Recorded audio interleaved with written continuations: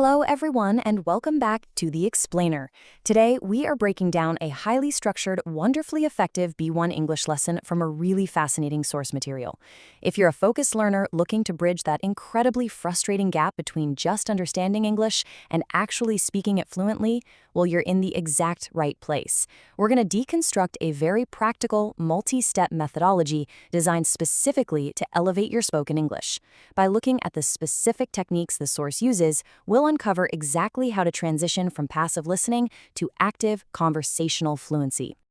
Okay, let's dive right into our roadmap for today. We'll start with building confidence, explore Tom's story, extract some key vocabulary, break down the best practice methods, and finally, look at the power of shadowing. Section 1. Building confidence. It is time to train your brain. Our primary objective today isn't just memorizing a bunch of grammar rules. It's really about psychological readiness. I absolutely love this core quote directly from the source.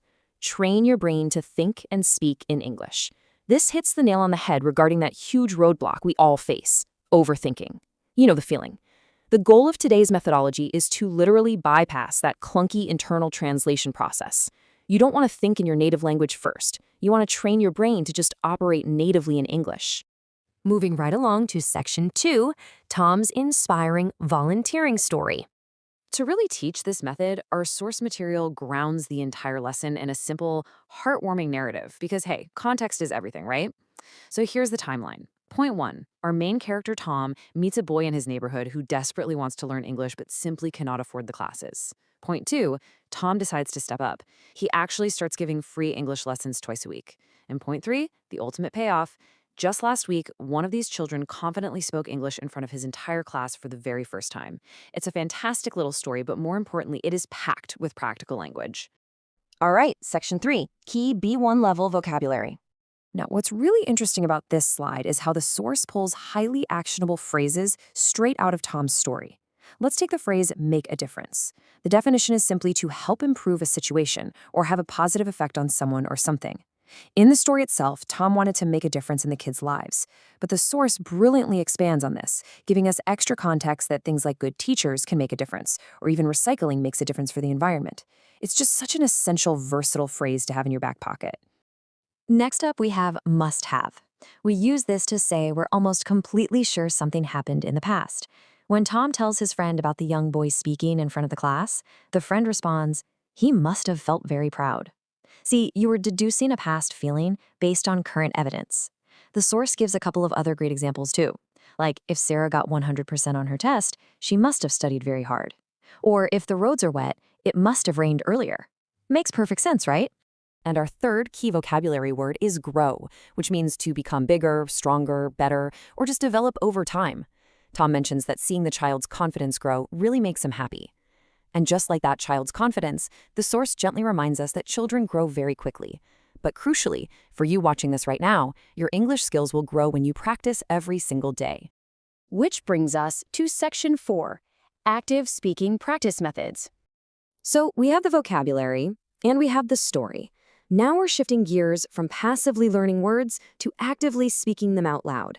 The source lays out this exact 3-step pedagogical methodology. Step 1 is listen and repeat. Step 2 is Q&A comprehension. And Step 3 is shadowing.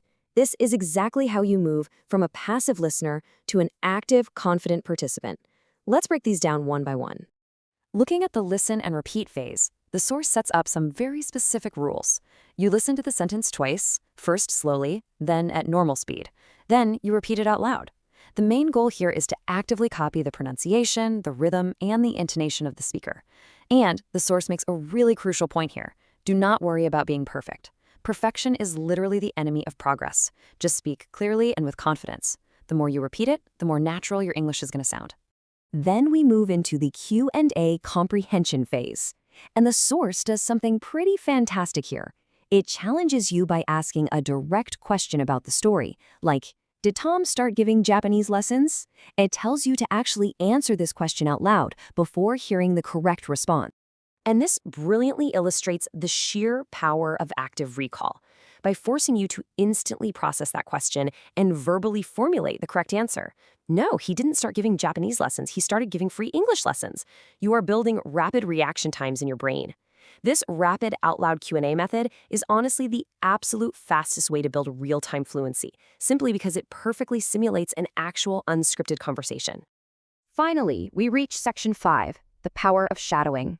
This is the final and most advanced step in the source materials training process, and honestly, it's where the real magic happens.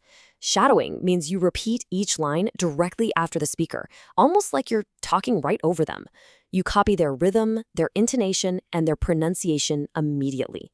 You're not just reading words on a page, you are locking in the true musicality of natural English. Plus, it's a total game changer for overcoming shyness because you essentially get to borrow a native speaker's confidence until it finally becomes your own. So, the crucial point is captured perfectly in this quote right from the source. Repetition is the key to success. This is definitely not a one-and-done kind of exercise.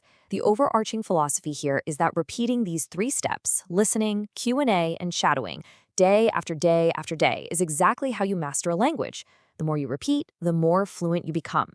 It's all about building that muscle memory in your mouth and in your mind.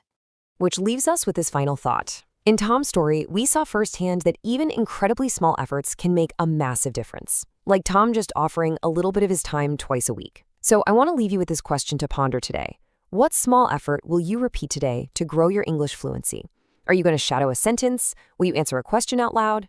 The tools are all right here. Now it's just about applying them. Thanks so much for joining me on this explainer. Keep up the practice, and I'll catch you next time.